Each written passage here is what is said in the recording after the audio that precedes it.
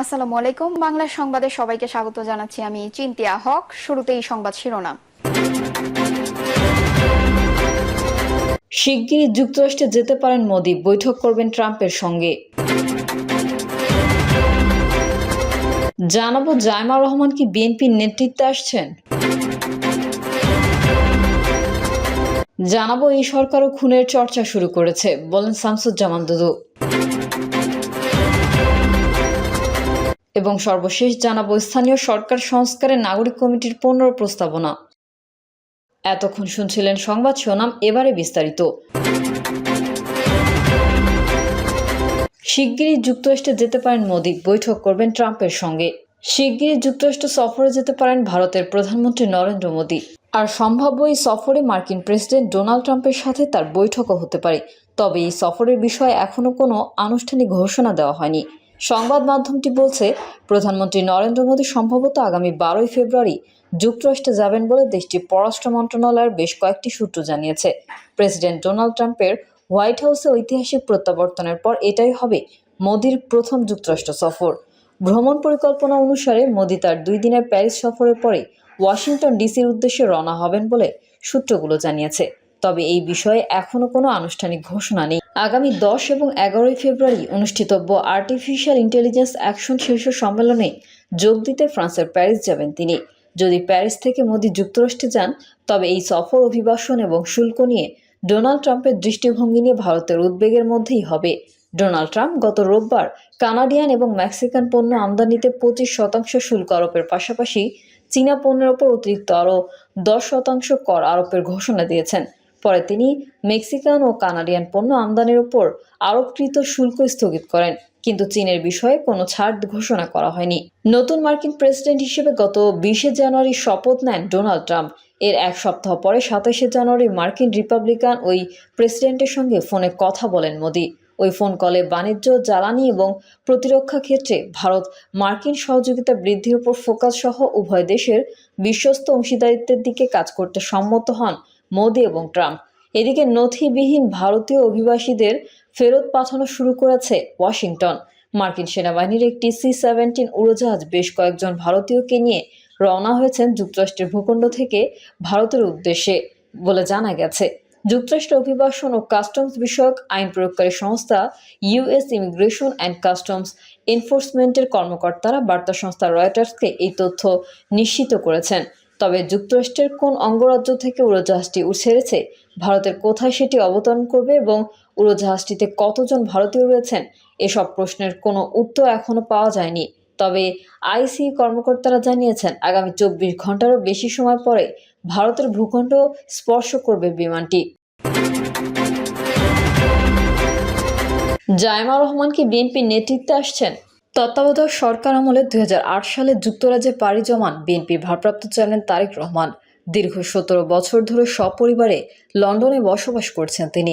তারেক রহমান ও তার স্ত্রী ডক্টর জোবাইদা রহমানের বড় মেয়ে জায়মা রহমান দীর্ঘদিন ধরে দেশের বাইরে বসবাস করলেও বেগম খালেদা জিয়ার বড় নাতনি জায়মা রহমানকে নিয়ে বিএনপি নেতাকর্মীদের আগ্রহের কোনো কমতি নেই। 2019 সালে ব্যারিস্টারি পাশ করার পর থেকেই বিএনপির ভারপ্রাপ্ত চেয়ারম্যান তারেক রহমানের মেয়ে রাজনীতিতে আসার সম্ভাবনা নিয়ে আলোচনা শুরু হয়। গেল 5ই আগস্ট শেখ হাসিনার পতনের মধ্যে দিয়ে দেশের রাজনৈতিক পরিবেশে এক ধরনের পরিবর্তন এসেছে, যা জায়মা রহমানের রাজনৈতিক ভবিষ্যতের দিকে নজর আরও বাড়িয়েছে। এই আলোচনার রেশ কাটতে না কাটতেই জায়মা রহমান এখন তারেক রহমানের প্রতিনিধি হিসেবে যুক্তরাষ্ট্রের ন্যাশনাল প্রেয়ার ব্রেকফাস্টে যোগ দিতে যাচ্ছেন। বিশ্লেষকরা একে জিয়া পরিবারের তৃতীয় প্রজন্মের রাজনীতিতে প্রবেশ হিসেবে দেখছেন। এই অনুষ্ঠানে উপস্থিত থাকবেন মার্কিন প্রেসিডেন্ট ডোনাল্ড ট্রাম্প এবং বিশ্বের বিভিন্ন দেশের শীর্ষ রাজনৈতিক নেতারা, ব্যবসায়ী এবং পেশাজীবীরা। এমন একটি অনুষ্ঠানে অংশগ্রহণ করার মাধ্যমে জায়মা রহমান রাজনীতির মঞ্চে তার পদচারণা শুরু করবেন। ন্যাশনাল প্রেয়ার ব্রেকফাস্টে অংশ নেওয়ার কথা ছিল বিএনপি ভারপ্রাপ্ত চেয়ারম্যান তারেক রহমান, মির্জা ফখরুল ইসলাম আলমগীর এবং স্থায়ী কমিটির সদস্য আমির খসরু মোহাম্মদ চৌধুরী। তবে বেগম খালেদা জিয়া চিকিৎসার জন্য লন্ডনে থাকায় তারেক রহমান এই অনুষ্ঠানে অংশ নিতে পারছেন না। তার পরিবর্তে বিএনপি তার প্রতিনিধি হিসেবে জায়মা রহমানকে পাঠাচ্ছে। অনুষ্ঠানে যুক্তরাষ্ট্রের প্রেসিডেন্ট ডোনাল্ড ট্রাম্প ছাড়াও বিশ্বজুড়ে বিভিন্ন দেশের নেতারাও অংশ নেবেন। জায়মা রহমান এই সুযোগে বিভিন্ন দেশের রাজনৈতিক, ব্যবসায়িক ও পেশাজীবী নেতাদের সঙ্গে সরাসরি মতবিনিময়ের সুযোগ পাবেন, যা তার জন্য গুরুত্বপূর্ণ অভিজ্ঞতা হতে পারে। জাইমা রহমানের এই অংশগ্রহণকে অনেকেই তার আনুষ্ঠানিক রাজনীতিতে প্রবেশের ইঙ্গিত হিসেবে দেখছেন। রাজনৈতিক বিশ্লেষকরা বলছেন, তিনি একটি রাজনৈতিক পরিবারের সন্তান হওয়ায় রাজনীতিতে তার আসার সম্ভাবনা দীর্ঘদিন ধরেই আলোচনা হচ্ছে। বিশ্লেষক মহিউদ্দিন খান মোহন মনে করেন, ভারতীয় রাজনীতিতে গান্ধী পরিবার যেমন ধারাবাহিক নেতৃত্ব দিয়ে আসছে, তেমনি বাংলাদেশেও জিয়া পরিবার থেকে নতুন নেতৃত্ব আসা স্বাভাবিক। বিএনপি নির্বাহী কমিটির সদস্য আবু নাসের মোহাম্মদ রহমতুল্লাহ মনে করেন, দলের ঐক্যবদ্ধতায় জাইমা রহমান গুরুত্বপূর্ণ ভূমিকা রাখতে পারে। বিএনপির একাধিক নেতা মনে করেন, ন্যাশনাল প্রেয়ার ব্রেকফাস্টে অংশগ্রহণের মধ্যে দিয়ে আন্তর্জাতিক অঙ্গনে বিএনপির প্রতিনিধিত্ব করবেন জাইমা, যা তার ভবিষ্যৎ রাজনৈতিক ভূমিকার দিকেও ইঙ্গিত দিতে পারে। ভারতের সাবেক প্রধানমন্ত্রী ইন্দিরা গান্ধীর পুত্র রাজীব গান্ধী, স্ত্রী সোনিয়া গান্ধী, প্রিয়াঙ্কা গান্ধী, রাহুল গান্ধী, পাকিস্তানের ভুট্টো পরিবারের প্রয়াত বেনজির ভুট্টো, তার স্বামী, ছেলেমেয়েরা রাজনীতিতে সক্রিয়। বিশ্বের বহু দেশের দলের হাল ধরেছেন পরিবারের যোগ্য সদস্যরা। এদিকে রোববার যুক্তরাষ্ট্রে রওনার আগে হজরত শাহজালাল আন্তর্জাতিক বিমানবন্দরে আমির খুসরো মাহমুদ চৌধুরী সাংবাদিকদের বলেন, ন্যাশনাল প্রেয়ার ব্রেকফাস্টে বিএনপির ভারপ্রাপ্ত চেয়ারম্যান তারেক রহমানের রিপ্রেজেন্ট করবেন তার মেয়ে জাইমা রহমান। জাইমা রহমান লন্ডন থেকে যোগ দেবেন। আগামী 5 ও 6 ফেব্রুয়ারি ওয়াশিংটনে ন্যাশনাল প্রেয়ার ব্রেকফাস্ট অনুষ্ঠিত হবে। ন্যাশনাল প্রেয়ার ব্রেকফাস্ট হচ্ছে যুক্তরাষ্ট্রের জাতীয় ও আন্তর্জাতিক নেতাদের মধ্যে সংলাপের একটি প্ল্যাটফর্ম। এই সরকারও খুনের চর্চা শুরু করেছে বলেন শামসুজ্জামান দুদু। বিএনপির ভাইস চেয়ারম্যান শামসুজ্জামান দুদু বলেছেন, এই সরকার কি পেরেছে কি পারেনি সেই আলোচনার আগে যদি বলি, তারা শ্রমিক হত্যা করেছে, কথাটা সত্য। শেখ হাসিনাও শ্রমিক হত্যা করত। শেখ হাসিনা যেমন বিএনপি নেতাকর্মীকে খুন করেছে, এই সরকারও কুমিল্লা থেকে খুনের ইতিহাস শুরু করেছে। শামসুজ্জামান দুদু বলেন, অন্তর্বর্তী সরকারের সময় শ্রমিক হত্যা হয়েছে, রাজনৈতিক দলের নেতা হত্যা হয়েছে। অনতিবিলম্বে দোষী ব্যক্তিকে আইনের আওতায় আনতে হবে, তা না হলে মানুষ এবং রাজনৈতিক নেতাকর্মীদের মধ্যে অসন্তোষ সৃষ্টি হবে। অন্তর্বর্তী সরকারের সংস্কারের বিষয়ে প্রশ্ন তুলে বিএনপির ভাইস চেয়ারম্যান বলেন, সরকার সংস্কারের প্রশ্নে খুবই করিতকর্মা, কিন্তু 6 মাসের যে সংস্কার, সেই সম্বন্ধে দেশবাসী কিছুটা উদ্বিগ্ন, আমরা উদ্বিগ্ন। তারা কি করেছে আমরা জানি না, তবে এতটুকু জানি বাজার এখনো ঠিক হয়নি। বাজারে যে আগুন জ্বলছিল সেই আগুন এখনো নেভেনি। সিন্ডিকেট এখনো ধরা সম্ভব হয়নি।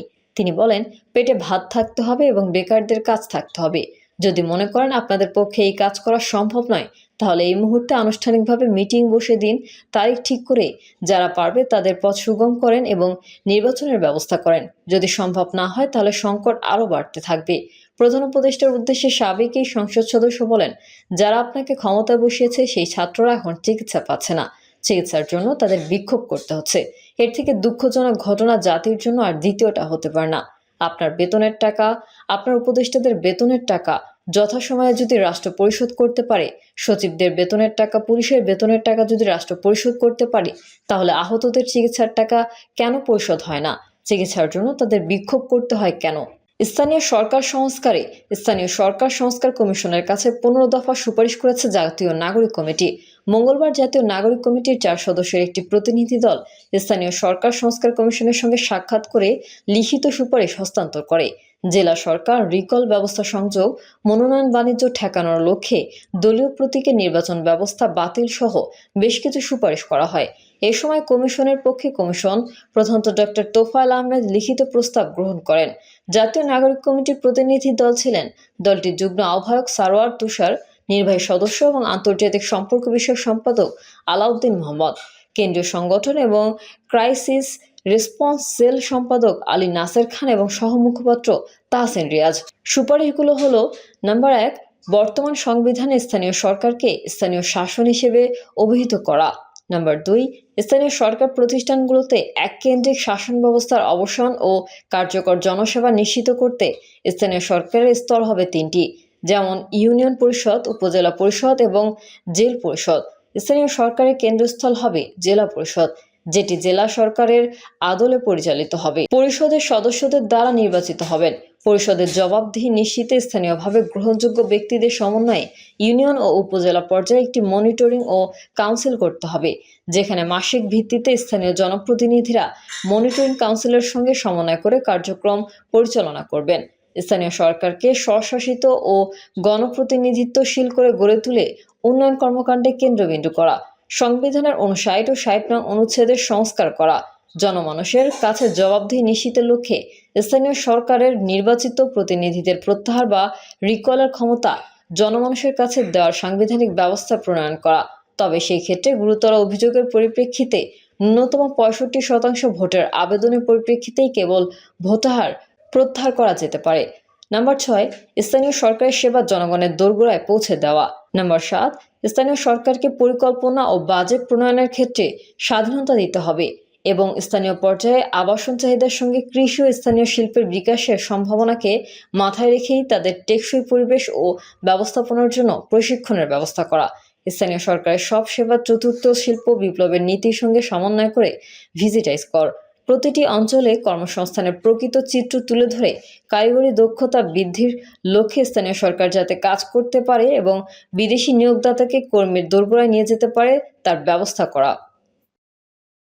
প্রিয় দর্শক, এই ছিল এখনকার সর্বশেষ সংবাদ। আপডেট সহ সংবাদ পেতে চ্যানেলটি সাবস্ক্রাইব করে বেল আইকনটি ক্লিক করুন।